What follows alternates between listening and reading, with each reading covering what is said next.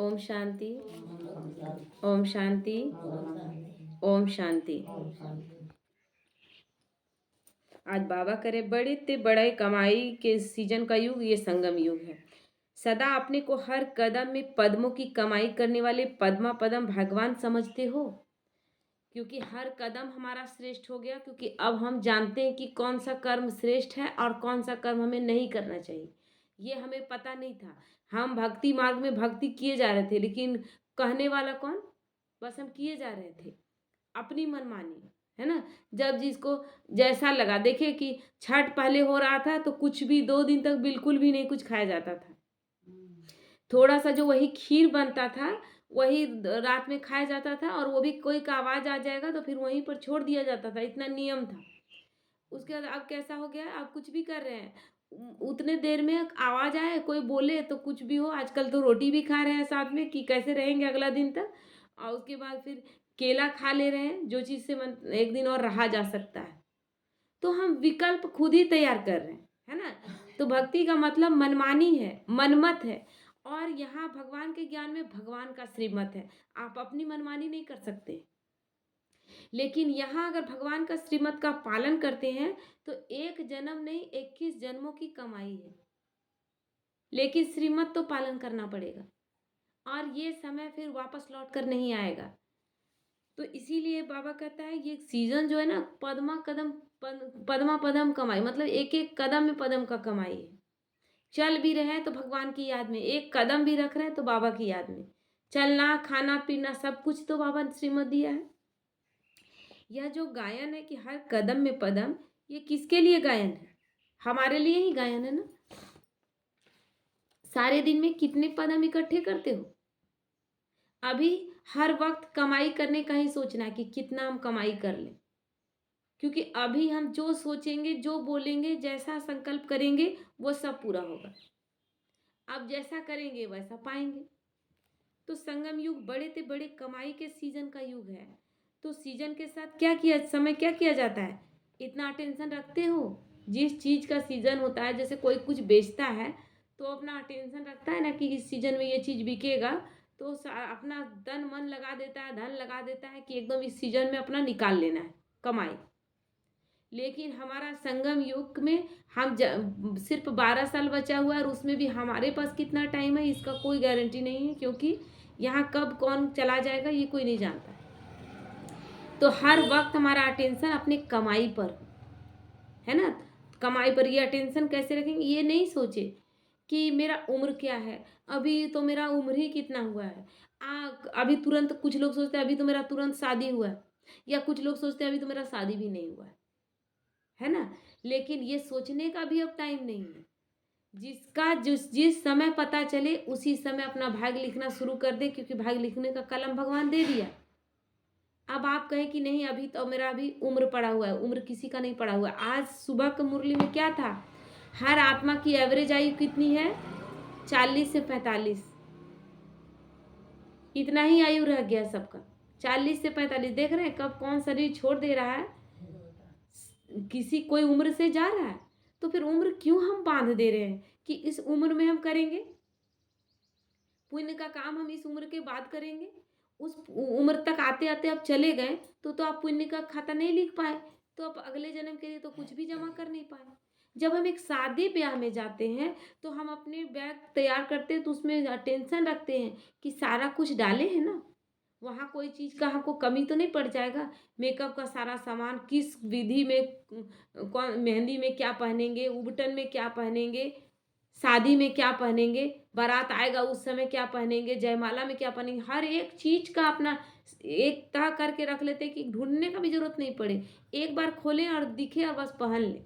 इतना टेंशन रखते हैं। एक छोटी सी शादी में जा रहे हैं, और अब हम जा रहे हैं तो हमेशा के लिए जा रहे हैं, और उसके बाद ये जो भगवान का समय है ये फिर श्रीमत का समय फिर दोबारा नहीं आएगा कि कोई आएगा हमें और ज्ञान देगा कि तुम ऐसे करो। हम जब द्वापर के बाद दुख भोगने लगेंगे तो अपने मन से कि कैसे दुख से निकलें, तो अपने मन से जो जो बुझाएगा वो करेंगे केवल। लेकिन अभी तो भगवान साथ में है, और 84 जन्म हम कैसा भाग्य लिखेंगे ये हमें लगेज तैयार करना है। तो कैसा तैयार करेंगे हम? कुछ छूटना चाहिए? कुछ छूट जाए तो फिर 84 जन्म भिखमंगा बने रहेंगे। तो सतयुग त्रेता तो ठीक है कि हम खुशी रहेंगे, प्रजा में भी जाएंगे तो ठीक रहेंगे। द्वापर के बाद अगर पुण्य का खाता अच्छा से नहीं है, बैंक में ज़्यादा पैसे हमने जमा करके नहीं रखे हैं, तो हम आशा नहीं करेंगे ना कि हम बैठ के हमेशा खाएंगे। हम तो जानेंगे इतने ही मेरे पास पैसे हैं। तो इस वक्त कमाई का समय है, ऐसा कि लास्ट में 84वें जन्म में भी हमको कोई चीज़ का कमी ना रह जाए, ऐसा हमें तैयारी करना है। तो इसीलिए बाबा कहता है हर समय ये याद रहे कि अब नहीं तो कभी नहीं। जो घड़ी बीत गई वो फिर से आएगी? नहीं आएगी। समय रेत की तरह हाथ से फिसलता जा रहा है। तो एक घड़ी व्यर्थ जाना अर्थात कितने कदम व्यर्थ गए। एक घड़ी भी व्यर्थ जा रहा है तो आप अपने भाग्य का कलम किनारे रख दिए हैं और चल रहे। ऐसा हो सकता है कि भगवान कलम हाथ में दे दिया और उसके बाद भी भाग्य हम ना लिखें और साइड में रख दें कि अरे थोड़ा देर बाद में लिखेंगे। पदम व्यर्थ गए, क्योंकि एक कदम में बाबा कहता है पदम यानी असंख्य कमाई है। इसलिए हर घड़ी यह स्लोगन याद रहे, जो समय के महत्व को जानते हैं वह स्वतः ही महान बनते हैं। जो समय को पहचान गया। आखिर ब्रह्मा बाबा मूर्ख था क्या? आज हम कहते हैं कि मेरा उम्र इतना है, अभी हमको बहुत टाइम पड़ा है, हम अभी तुरंत नहीं कर पाएंगे। लेकिन एक झटके में वो कैसे भगवान का बन गया? वो तो करोड़पति, और अभी के डेट में तो अरबपति रहेगा। उस समय का अनुसार करोड़पति था, लेकिन इस समय उनके अगर संपत्ति को आके तो अरबपति में जाएगा। लेकिन जैसे ही भगवान के बारे में पता चला, जैसे ही साक्षात्कार हुआ, कभी तो नहीं सोचा कि पता नहीं क्यों सपना था क्या? नहीं सोचा ना। नहीं, भगवान ये कार्य करवाने वाला है हमसे। सब कुछ लगा दिया इस यज्ञ में, कुछ भी नहीं रखा। 60 साल की उम्र में इतना कौन कर सकता है? जो 60 साल यानी वानप्रस्थ अवस्था, जिस समय आदमी बूढ़ा होने की ओर है, वृद्ध होने की ओर में, सोचता है कि एकदम अंतिम समय में ऐसा सब चीज कमाई करके रख ले कि कोई हमको बुढ़ापा में दिक्कत ना हो। लेकिन उस समय वो सब कुछ लगा दिए। तो इसीलिए बाबा कहता है क्योंकि वो समय के महत्व को जिसने पहचाना वो बन गया, नंबर 1 में चला गया। और जिसने समय को नहीं पहचाना वही द्वापर के बाद पंडितों के पास जाएंगे और अपनी जन्म पत्री लेकर भटकेंगे कि मेरा जन्म पत्री देखिए तो मेरा दिन अच्छा नहीं जा रहा है, क्योंकि हमने भरा ही नहीं अपनी किस्मत का। जो लिखने के लिए कलम मिला था वो साइड में रख दिया। इसलिए स्वयं को भी जानना है और समय को भी जानना है, दोनों चीज को पहचानना है। ये नहीं सोचना है कि उम्र क्या है। देखते हैं ब्रह्मा कुमारी इतनी छोटी छोटी बच्ची लोग हैं, इतनी छोटी छोटी बच्चियां जो बन गई, जो बाबा का बन गई। कितना उम्र था गुलजार दादी का? 8 साल। 8 साल की उम्र में बाबा का बन गई। और उस समय कितने 8 साल की, 4 साल की, 5 साल की बच्चियां बाबा की बन गई। तो कितना प्रेम बाबा से था। और हम अभी सोचते कि मेरे पास टाइम पड़ा हुआ है, कौन जानता है। इसीलिए किस चीज के लिए हम भगवान को छोड़ रहे हैं? धारणाओं को अपनाएं जो श्रीमद् बाबा दे रहा है। बाबा कहता है तुम श्रीमद् पालन करो, मैं तुम्हारा जिम्मेवार हूं 100%। तो अब टाइम नहीं है, जब हमको पता चला एकदम पूरा श्रीमत का पालन करना है। भगवान को जवाब नहीं देना है कि हम इतना नहीं करने सकेंगे। आज भगवान को जवाब देंगे, उसके बाद द्वापर के बाद भगवान का शिकायत आपके पास रहेगा कि भगवान मेरा नहीं सुनता। लेकिन भगवान दोषी है क्या? आप अच्छे बच्चे नहीं बने। द्वापर के बाद आपको ऐसे बच्चे मिलेंगे जो आपकी बात नहीं सुनेंगे, क्योंकि आपने अभी भगवान को क्या जवाब दिया? इतने श्रीमत का पालन नहीं करने सकेंगे। क्या भगवान आपसे मूर्ख है? भगवान का ज्ञान कम है? जब वो श्रीमत बनाया तब उसको पता नहीं था कि मेरे बच्चे कर पाएंगे या नहीं कर पाएंगे? लेकिन फिर भी वो श्रीमत दिया। तो फिर हम कैसे भगवान को जवाब दे देते हैं कि हम नहीं करने सकेंगे, हम इतना ही करने सकेंगे? तो इसीलिए बाबा कहता है स्वयं को भी जानना और समय को भी, अपने आप को भी पहचाने और समय को भी। ये समय गया तो फिर लौट कर नहीं आएगा। दोनों ही विशेष है। इस स्मृति दिवस पर विशेष सदा समर्थ बनने का श्रेष्ठ संकल्प किया। व्यर्थ संकल्प बोल सब रूप से व्यर्थ को समाप्त करने का दिन है। यह 18 जनवरी की मुरली है। वो दिवस है ब्रह्मा बाबा के अव्यक्त होने का। तो समर्थ बनकर गया ना वो। तो बाबा कहता है सारे व्यर्थ समाप्त करने का दिन है। जब ज्ञान मिल गई कि व्यर्थ क्या है और समर्थ क्या है, तो नॉलेजफुल आत्मा कभी भी समर्थ को छोड़कर व्यर्थ तरफ नहीं जा सकती। व्यर्थ तरफ जाते हैं हमारी शक्तियां घटती हैं। एक एक मिनट बहुत कीमती है, एक एक पल यहाँ बहुत कीमती है। तो हम एक एक पल को चुरा ले। आप जितना भाग्य लिख सके एकदम इस वक्त अपना अटेंशन रखना है। और जितना स्वयं समर्थ बनेंगे उतना औरों को समर्थ बना सकेंगे। कब समर्थ बनेंगे? जब समर्थ बाप की याद में उसके श्रीमत का संपूर्ण रूप से पालन करेंगे। तो इसीलिए बाबा कहता है 63 जन्म गंवाया और समर्थ बनने का ये एक ही जन्म है। 63 जन्म गंवा के भी अभी आखिरी जन्म में भी लग रहा है कि अभी मेरा अभी और टाइम है, और टाइम है, अभी भी लगता है। क्या करेंगे जब डॉक्टर कह देंगे नहीं कुछ खाना पीना है? जिन खाने पीने की चीज़ों के लिए हमको तो असंभव सा लगता है कि कैसे भगवान से प्यारा भोजन कैसे हो सकता है। और हम तो कहते हैं ना, भक्ति भी कर रहे थे, प्रेम नहीं था। मंदिरों में जा रहे थे लेकिन भगवान से प्रेम नहीं था। प्रेम रहता तो जब भगवान आया, जब पता चला तो उसके श्रीमत के अनुसार चलना हम शुरू कर देते। लेकिन प्रेम नहीं है, सत्य यही है। केवल पूजा कर रहे थे। तो इसीलिए ना पूजा कर रहे थे और जानने के बाद भी अभी भी देखिए, कल या परसों एक डाले थे फरिश्ता में भी, आप लोग देखे होंगे, एक था वीडियो था किस तरह मतलब खाया जाता है नॉनवेज को।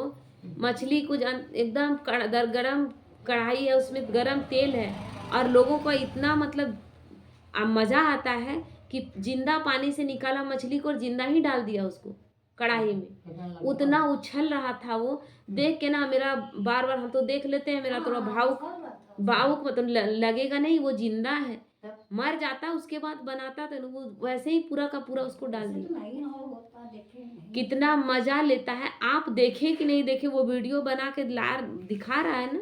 लोग ऐसे हैं दुनिया में, मजा ले रहे हैं। हम दुख में मजा ले रहे हैं, मतलब वो जीव जंतु किसी से बोल नहीं सकते अपना दर्द।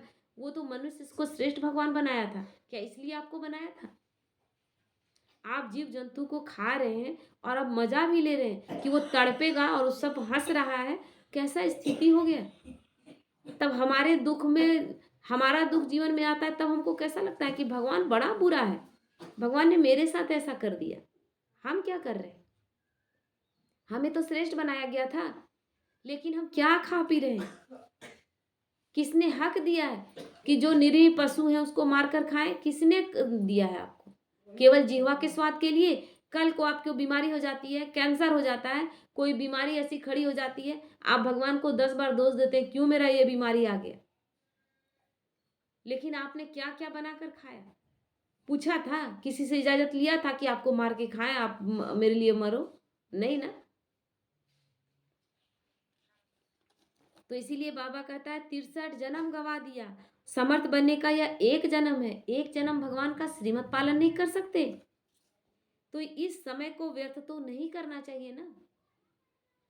अमृत वेले से लेकर रात तक अपनी दिनचर्या को चेक करो। ऐसे नहीं कि सिर्फ रात्रि की चार्ट चेक करो, लेकिन बीच बीच में चेक करो। बाबा कहता है दिन भर बीत गया और रात में एक बार में बैठ के खाली फॉर्मेलिटी कर दो कि बाबा ये किए, नहीं। एक एक घंटे में चेक करो कि मेरा कैसा संकल्प रहा, मेरा सोच कैसा रहा, मन कितनी बार भटका, फालतू चीज़ों में कितनी बार गया, फालतू बात हम किस किस से कहाँ कहाँ किए, किसी के लिए नेगेटिव तो नहीं सोचे। ये चेकिंग प्रत्येक घंटे करना है, क्योंकि ये सारा खेल मन का है और मन को पढ़ाने आया है वो। तो मन की चंचल घोड़ा है, एक पल में कहाँ से कहाँ ले जाता है। उसी मन को स्थिर करना, उसी मन को चारों तरफ से हटाकर भगवान की तरफ आदत डालना है। क्यों? आदत भटकने का था, अब स्थिर करने का उसको आदत डालना है। तो बार बार चेक करने से चेंज कर नहीं सकेंगे, इसलिए बाबा बोलता है बार बार चेक करो। अगर रात को चेक करेंगे तो जो व्यर्थ गया वह व्यर्थ के खाते में ही हो जाएगा ना। अगर एक घंटे में चेक करेंगे तो चेंज कर नहीं सकेंगे कि अरे ये तो व्यर्थ चला गया। इसीलिए बाबा कहता है एक एक घंटे में चेक करो। और नहीं कर सकते, योग नहीं लगा सकते, बैठ के तो चेक तो करो कि पिछला जो घंटा बीता उसमें मेरे से कोई गलत कर्म तो नहीं हुआ। कोई व्यर्थ में चला तो नहीं गया टाइम। इसलिए बाप दादा ने बीच बीच में ट्रैफिक कंट्रोल का टाइम फिक्स किया हुआ है। ट्रैफिक इसीलिए बचता है मधुबन में ना, प्रत्येक घंटे में, ताकि आप जहाँ हैं जिस अवस्था में चल रहे थे तो उसी समय कदम रोक लेना है। बात कर रहे थे उसी समय अपने आप को रोक लेना है। ये ब्रेक लगाने का आदत डालना है, इसीलिए ट्रैफिक कंट्रोल बजाया गया, ताकि हर एक घंटे में अचानक से, जैसे कि कभी कभी क्या होता है गाड़ी अचानक आ जाता है, तो ब्रेक लगाने का आपको आइडिया है तो अचानक ब्रेक लगा के अपने आप को बचा सकते हैं, नहीं तो एक्सीडेंट हो जाएगा। तो ट्रैफिक कंट्रोल करते हो या दिन में बिजी रहते हो? बाबा पूछ रहा है। जरूरी नहीं कि ट्रैफिक कंट्रोल बजेगा तभी हम करेंगे, प्रत्येक घंटे में बैठ जाए। अपना नियम बना रहना चाहिए, चाहे टाइम कुछ बदली हो जाए, कि कुछ काम कर रहे हैं, मान लीजिए 11 बजे बैठने का प्लानिंग है कि 11 बजे बैठेंगे, 12 बजे बैठेंगे, क्योंकि 10 बजे तक तो हम लोग मुरली करके उठते हैं, तो हम लोगों का टाइम है 11 बजे, हम लोग टाइम रखते हैं 11, फिर 12, 1, इस तरह से प्रत्येक घंटे में, है ना। लेकिन कोई काम आ गया, कुछ बना ऐसा है कि कोई आदमी आ गया, कुछ काम ऐसा ज़रूरत पड़ गया, तो बाबा कहता है कुछ टाइम इधर उधर हो जाए लेकिन करना है, छोड़ना नहीं है। तो टाइम कुछ बदली हो जाए लेकिन अगर अटेंशन रहेगा तो कमाई जमा होगी। तो उस समय अगर कोई काम है तो आधे घंटे के बाद करो, लेकिन कर तो सकते हो ना। काम ऐसा आ गया तो भी बाबा कहता है काम को, ज़्यादा देर का काम आ गया तो काम को साइड कर दो, लेकिन अपना जो नियम है उस नियम को पालन करो, है ना। घड़ी के आधार पर भी क्या चलो, अपनी बुद्धि ही घड़ी है ना। दिव्य बुद्धि की घड़ी को याद करो। घड़ी जरूरी नहीं घड़ी देखकर ही हम करेंगे, लेकिन अपना करना है। जिस बात की आदत पड़ जाती है, तो आदत ऐसी चीज है जो ना चाहते भी अपनी तरफ खींचेगी। इसलिए आदत, क्योंकि मन ही था ना, कि मन को आदत था किसी से क्रोध करने का, किसी से गुस्सा करने का, लड़ाई झगड़ा करने का। लेकिन जब भगवान आया, श्रीमत दिया, तो क्या हम चेंज नहीं कर रहे हैं अपने आप को? किसी के बात को तुरंत जवाब देने का आदत था ना, लेकिन क्या वो आदत रहा? आप क्या सोचते हैं? जैसे ही कोई बात आता है तो अपने आप को कंट्रोल करते हैं कि नहीं। बाबा जब कहा है कि जो पत्थर भी बरसाए तो हमको फूल बरसाना है, तो हमको अपने पर अटेंशन रखना है।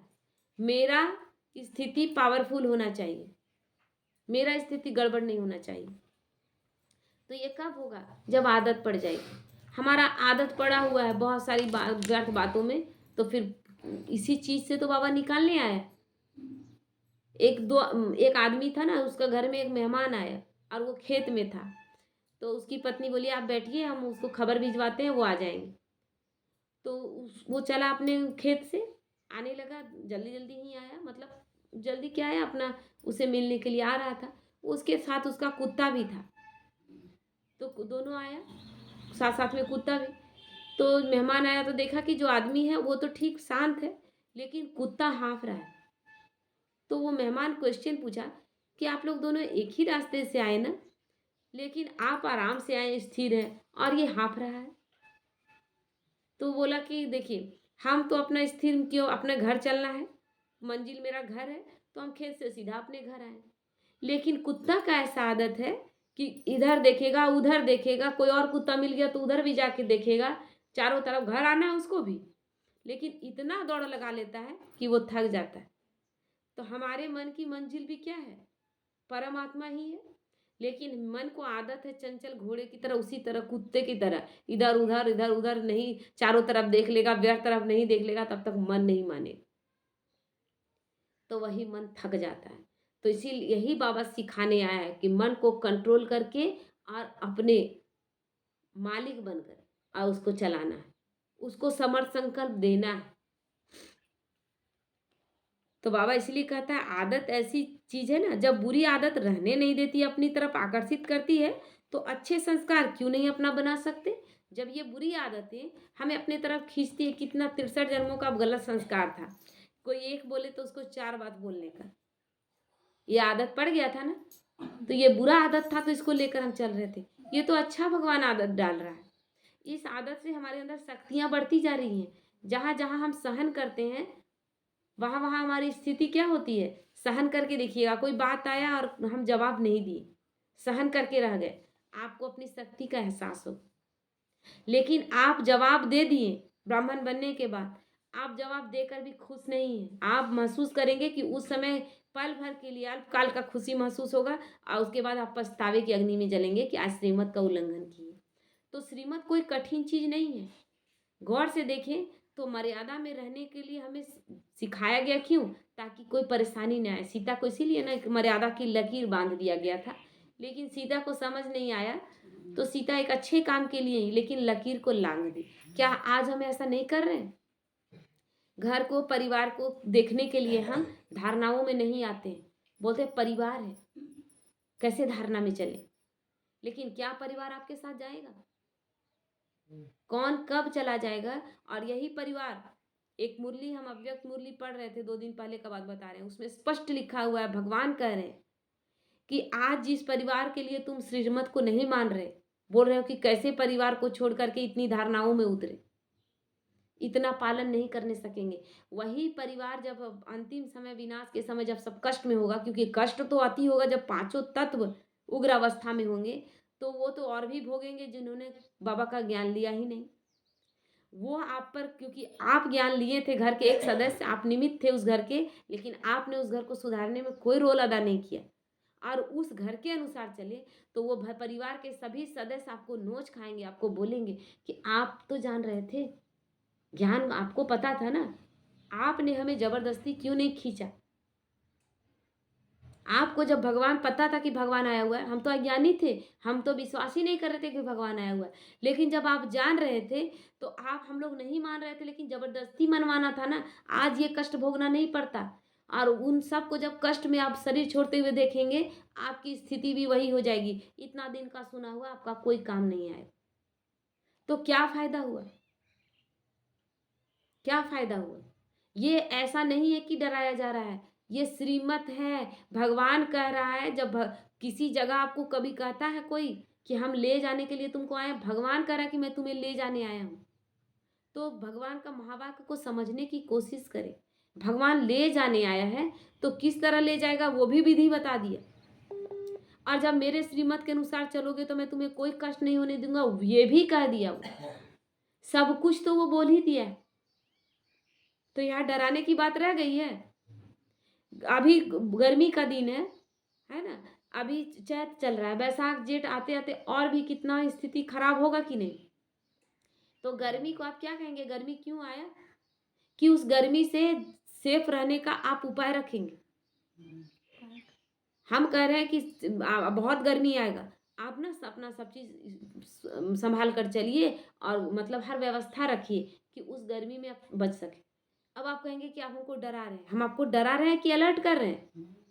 भगवान अलर्ट कर रहा है, क्योंकि वो जान रहा है कि कलयुग का ये अंतिम समय चल रहा है और सब कुछ जो वो कह रहा है वो होना ही है। भगवान का महावाक्य कभी इधर उधर नहीं जाएगा, लेकिन तब भी हम श्रीमत का पालन नहीं कर रहे। दोष किसका? दोष हमारे अपने का है, और कोई परिवार भी दोषी नहीं है। आप कमजोर हैं, आपके अंदर कोई ना कोई इच्छा बाकी है। जिस दिन हिम्मत बाबा बोला है कि तुम मेरे लिए एक कदम उठा कर देखो, तुम हिम्मत का एक कदम उठाओ, मैं 1000 कदम से तुम्हारा साथ दूंगा। फिर क्यों हम सोचते हैं कि नहीं होगा हमारा? केवल हिम्मत का एक कदम उठाना, और अभी नहीं तो कभी नहीं। इसीलिए ये संगम युग जो कमाई का समय है, अगर इस समय कमाएं तो बहुत अच्छा, और नहीं कमाएं तो आप किसी को दोष नहीं देंगे, किसी को दोष नहीं देंगे, दोषी हम खुद हैं। ओम शांति।